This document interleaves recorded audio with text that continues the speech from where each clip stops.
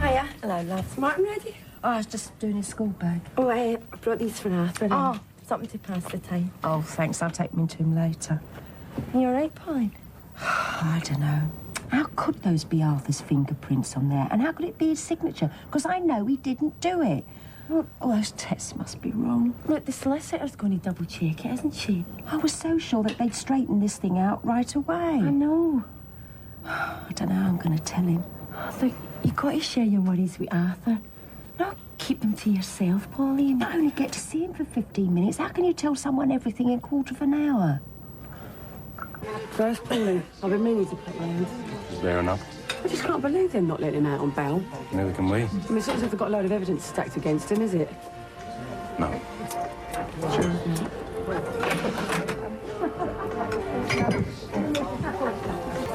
All right. Didn't sleep a wink last night. You're doing the right thing, Pat. Kath, I don't know what to do with myself this morning. What am I going to say to her? Don't worry, she'll do all the talking. I don't think this is such a good idea. Oh, it's too late to stop her now, isn't it? But would it help if I was there? Could you get away? Yeah, sure. Thanks, Kath. I really appreciate it. I couldn't face this on my own.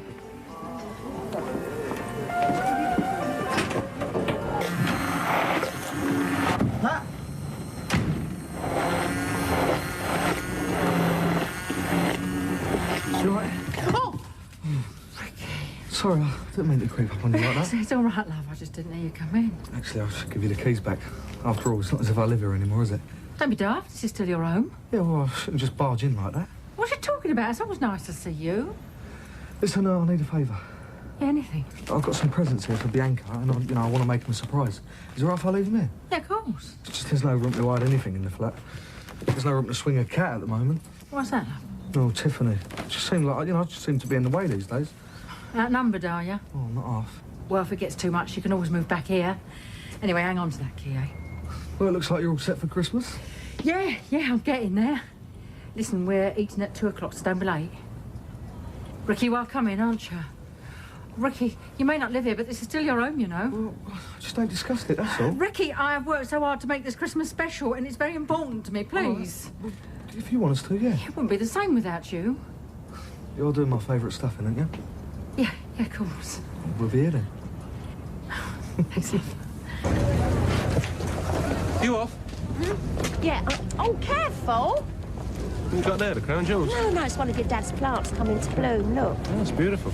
Oh, and Martin spent all of yesterday evening making him this card.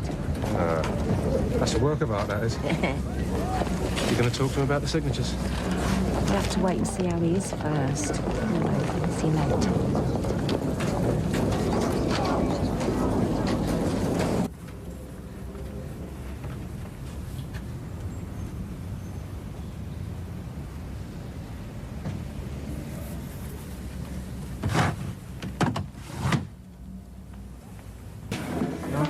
Right, you done all your Christmas shopping? Yeah, almost. Listen, I told Pat we're going to go around for Christmas still, all right? What'd you do that for? My mum thinks we're going round there. Well, I just couldn't say no. My mum will throw a fit. Well, I couldn't get out of it. Well, neither can I. I'll never hear the end of it. Well, tell her you go around her Boxing Day or something. Yeah, but it's not the same. You know what they'll say? That I'd rather spend Christmas with David than them. Just tell her that ain't the reason. Yeah, well, you know they'll think it is. I don't believe this, Ricky. What are we going to do?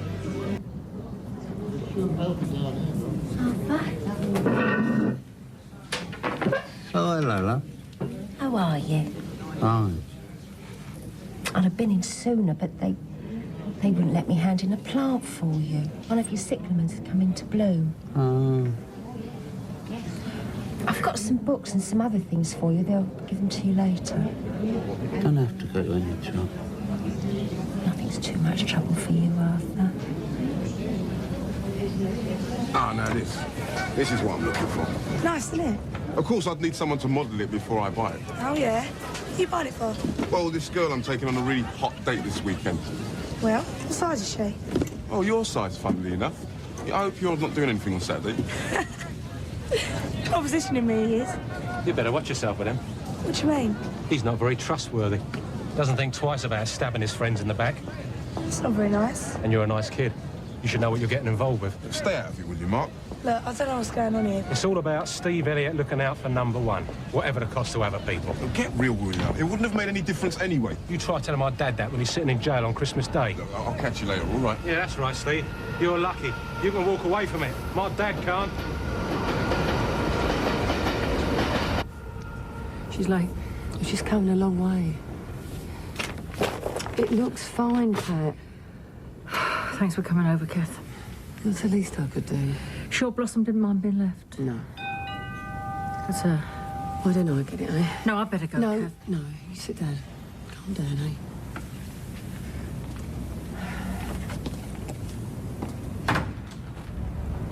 Yes, it's just nice to meet you. Come here. Is this one? Pat, this is Bridget Gilsenan. Pat Butcher. Hello, Mrs. Butcher. I'm so sorry I'm late. Won't you sit down? Thank you. Well, Mrs. Butcher, we meet at last. Frank has told me a lot about you.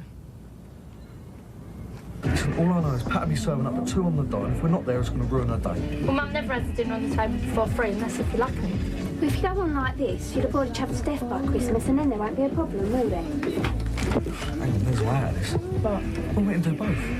We go to Pat's at 2, have dinner, make our excuses, then go round your mum's. What do you mean, have 2 dinners? Well, that way no one's put out. We'll be stuffed by then. Well, we'll just have to pace ourselves. That's the stupidest thing I've ever heard. Then do you want to tell your mum you're not coming round to dinner? It's the only way, then. Martin was in his school play yesterday. Was he? Oh, you'd have been so proud of him. Mm. Are you really all right, Arthur? I'm fine. Fine. But there's something I've got to say to you. I wish it were good news. I wanted to be able to bring you good news. They've had these experts examining those transfer letters.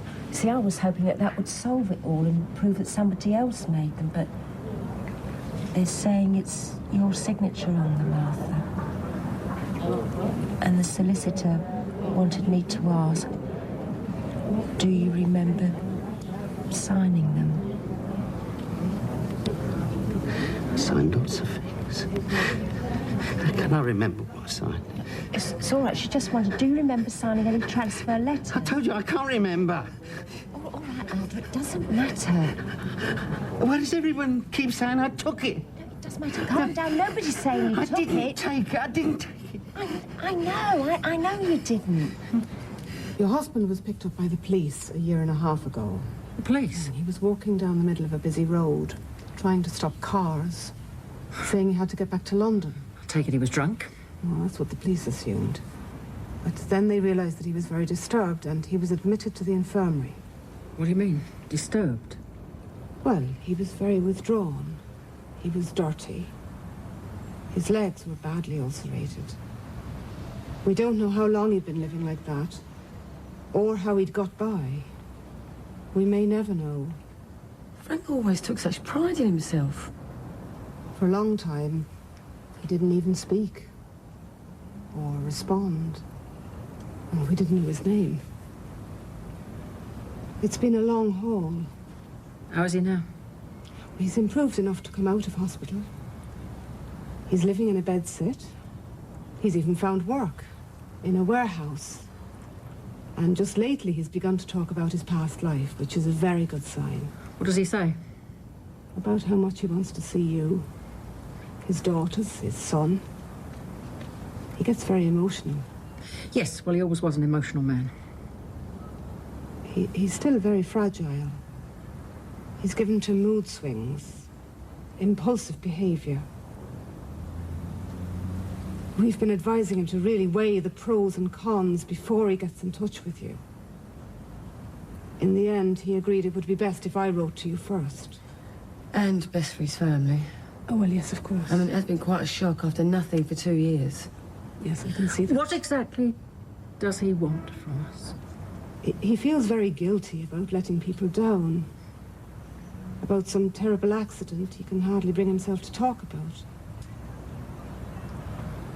He wants to make amends, to set everything right again. How the hell does he think he's going to do that? Well, you must realise that his memories of the last 2 years are very confused. Sometimes he thinks he only left a few weeks ago. Well, so he thinks he can just walk back in here and take up where he left off? No, he sort of understands he can't.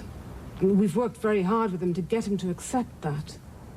That's why it's so important for the next stage to be handled in the right way, for his progress to continue. And that's where you come in. Time, please. Arthur, you've got a good solicitor. She's going to do everything she can to get you out of here. Might take a little while longer to sort things out, but then we'll have you back home. So don't worry.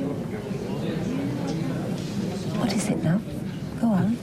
I've got to get the boiled beans started soon. I've got to get them in early. Yes, you have. I've got to dig some compost in first, of course. Yes, you'll have to do that when you're out of here.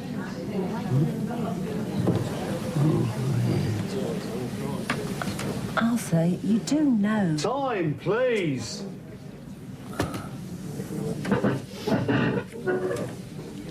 Are you off then, love? I do love you, Arthur. It's going to be all right. Of course it is.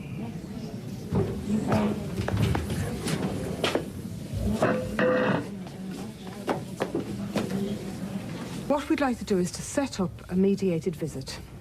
I'd accompany Frank down here and be here to support him. And the rest of the family, of course. I see. Well, how do you feel about that, Mrs. Butcher? I need time to think about that. Is there a problem? Well, we've got plans for Christmas. It's sort of complicated. I do see how this must be difficult for you. Well, like I say, I need time to decide what I want to do. It's not that I want to pressure you, but the problem is... we've really had a job to get Frank to see that he can't just jump on the next train. Well, you'll have to tell him he can't, that's all. I'm sorry, but that's how it is. But Janine, excuse me. I'll see Mrs. Gilson now. What did Mark mean about stabbing me in the back? I don't know what he's talking about. I don't ask him then, shall I? No, it's... Look, Mark's a straight guy. Why would he talk like that? I thought you two were friends. No, it's just a misunderstanding, that's all. Then why don't you sort it out?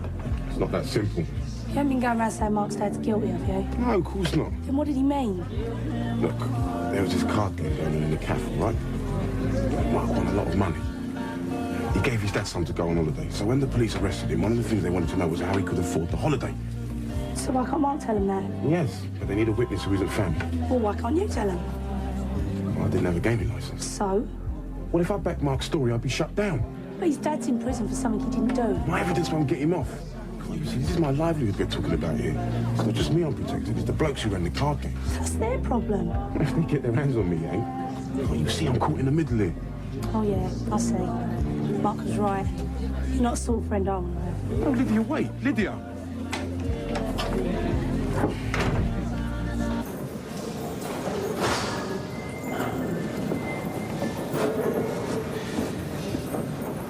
What you got there?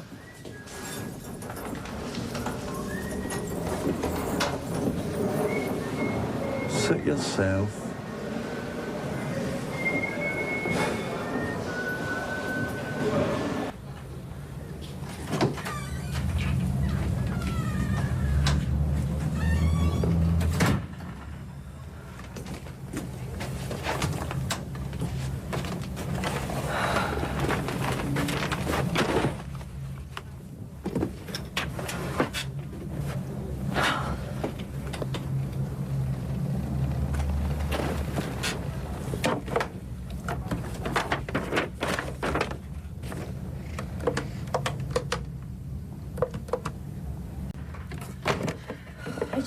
Oh, I can't get through to the solicitor. She must have gone home. Oh, what's up? Oh, it's Arthur. We've got to get him out of there. He's just not himself. What do you mean, Pauline? Well, he can't take it. Arthur's not very good at coping with things like that. He's just not himself at all. It's the worst time. It's bound to be hard on him, Pauline. Yeah, but he was like a stranger. He wouldn't even look at me, and half the time I know he wasn't hearing what I was saying. It was just terrible. Pauline... He's cracking up. I know I've got to speak to somebody, get something done, but I don't know how to go about it. Look, just calm down. Yeah, but I know what's happening to him. I know the signs. I've seen it before. Look, we're going to find a way to get him through this. Visits, presents, letters, anything that we can think of. I know you're right, Ruth, but it's just so hard. I've tried every way to try and reach him.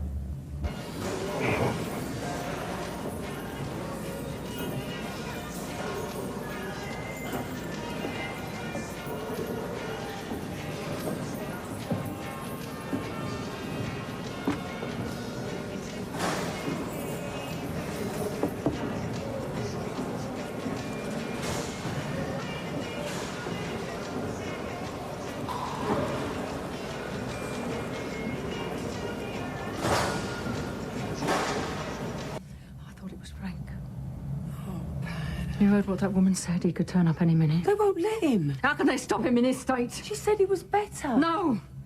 She said he had mood swings. She said he thinks he can walk straight back in here. She did not say that at all, Pat. He's sorry. He realises the damage he's done. He just wants to make amends. He was suicidal, Kathy. He was living rough. He's a broken man. The nurse was trying to reassure you. Well, she didn't succeed. The man she was talking about died nearly 2 years ago. I don't want him coming back here. I don't want him anywhere near Janine. I don't want some madman turning up on my doorstep in the middle of the night telling me how sorry he is.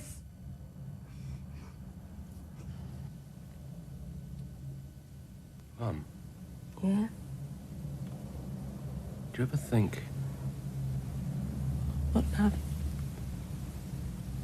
Dad, this whole thing, signatures, credit card, you don't think it's possible He didn't do it. That's the one thing I do know. None of this makes any sense, but I do know that your father never took a penny of that money. Yeah, I know. Of course he didn't. I know.